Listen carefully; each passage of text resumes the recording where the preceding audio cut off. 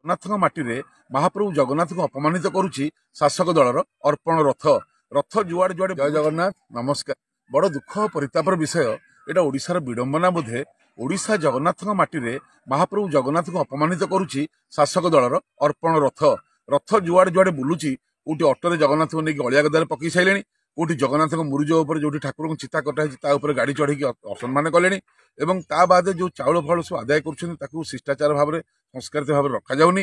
ଏବଂ ଗୋଟେ ଦଳୀୟ କାର୍ଯ୍ୟକ୍ରମରେ ଅଞ୍ଚଳର ସରପଞ୍ଚ ୱାର୍ଡ ମେମ୍ବର ଗୋଟିଏ ସ୍ପଷ୍ଟ ରାଜନୈତିକ ଦଳର ବିଜେଡି ଦଳର ଲୋକମାନେ କେବଳ ଆଣିକି ପ୍ରଚାର କରୁଛନ୍ତି।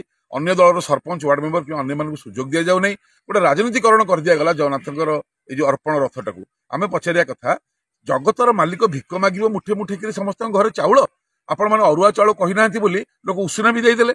ଉଷୁନା ଅରୁଆ ମିଶିଗଲା, ଯୋଉଟା ମନ୍ଦିର ଭିତରୁ ଯିବନି। କୁଇଣ୍ଟାଲ କୁଇଣ୍ଟାଲ ଗୁଆ କଲେକ୍ସନ ହେଇଗଲା, ଗୁଆ ଜଗନ୍ନାଥଙ୍କୁ ଅର୍ପଣ କରାଯାଏ ନାହିଁ। ଏଠି ପ୍ରଶ୍ନ ଉଠୁଛି, ଏଇ ଯୋଉ ଗୁଆ ଆଉ ଚାଉଳ ଇଏ କୋଉ କାର୍ଯ୍ୟରେ ଲାଗିବ? କଣ ପାଇଁ ଆପଣ ଭିକ୍ଷାବୃତ୍ତି କରିକି ଲୋକଙ୍କ ଭିତରେ ଗୋଟେ ଅସନ୍ତୋଷ ତିଆରି କଲେ ଯେ ଏଇଟା ଆମେ ଜଗନ୍ନାଥଙ୍କୁ ଦଉ ବୋଲି କହିକି ତାଙ୍କ ସିଏ କେତେ ଦୁଃଖରେ କେତେ ପବିତ୍ରତା ସହିତ ଲୋକମାନେ ଦେଲେ, କିନ୍ତୁ ସେଇଟା ଜଗନ୍ନାଥଙ୍କ କାମରେ ଲାଗିବନି। କାରଣ ଅରୁଆ ଉଷୁନା ମିଶିଗଲା ଏବଂ ଗୁଆ ଜଗନ୍ନାଥଙ୍କୁ ଅର୍ପଣ ହୁଏ ନାହିଁ। କୁଇଣ୍ଟାଲ କୁଇଣ୍ଟାଲ ଗୁଆ, ହଜାର ହଜାର କୁଇଣ୍ଟାଲ ଚାଉଳ ବର୍ତ୍ତମାନ ଗୋଟେ ଜାଗାରେ ଷ୍ଟକ୍ ହେଇକି ରଖାଗଲା।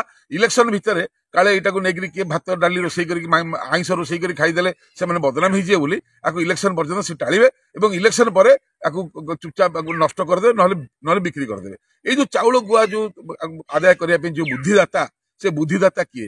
ସେ ବୁଦ୍ଧିଦାତା ମତେ କାହିଁ ଲାଗୁଛି ତାମିଲନାଡୁ ବୁଦ୍ଧିଦାତା ବୋଲି ଏ ଭୁଲ ବୁଦ୍ଧି ସେମାନଙ୍କୁ ମାନେ ଦେଇଛନ୍ତି। ତ ଯଦି ଏଭଳି ଭାବରେ ଜଗନ୍ନାଥଙ୍କ ପ୍ରତି ଅପମାନ କରାଯାଏ, ଏଭଳି ଭାବରେ ଯଦି ଜଗନ୍ନାଥ ମହାପ୍ରଭୁଙ୍କ ନାଁରେ ଭିକ୍ଷା କରାଯାଏ, ଜଗତର ମାଲିକ ସିଏ ପୁଣି ଭିକ ମାଗିବ ମୁଠେ ମୁଠେ ଚାଉଳ?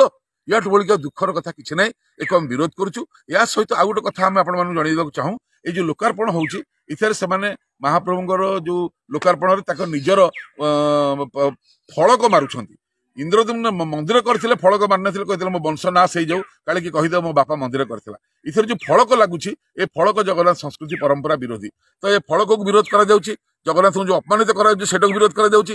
ଏଇ ଯୋଉ ମିଛିକା ଗୁଆ ଚାଉଳ ଆଦାୟ କରୁଛନ୍ତି ଲୋକଙ୍କର ଭାବାବେଗ ସହିତ ଖେଳିକିରି, ଏଇଟାକୁ ମଧ୍ୟ ଆମେ ମାନେ ଚ୍ୟାଲେଞ୍ଜ କରୁଛୁ। ଏଇଟା ମିଛ କଥା, ଲୋକମାନେ ଜାଣିବା ଦରକାର ଯେ ଏଇ ଯୋଉ ଚାଉଳ ସବୁ ପ୍ରହସନ, ଏଇ ଚାଉଳ ଜଗନ୍ନାଥ ପାଖକୁ ଯିବନି।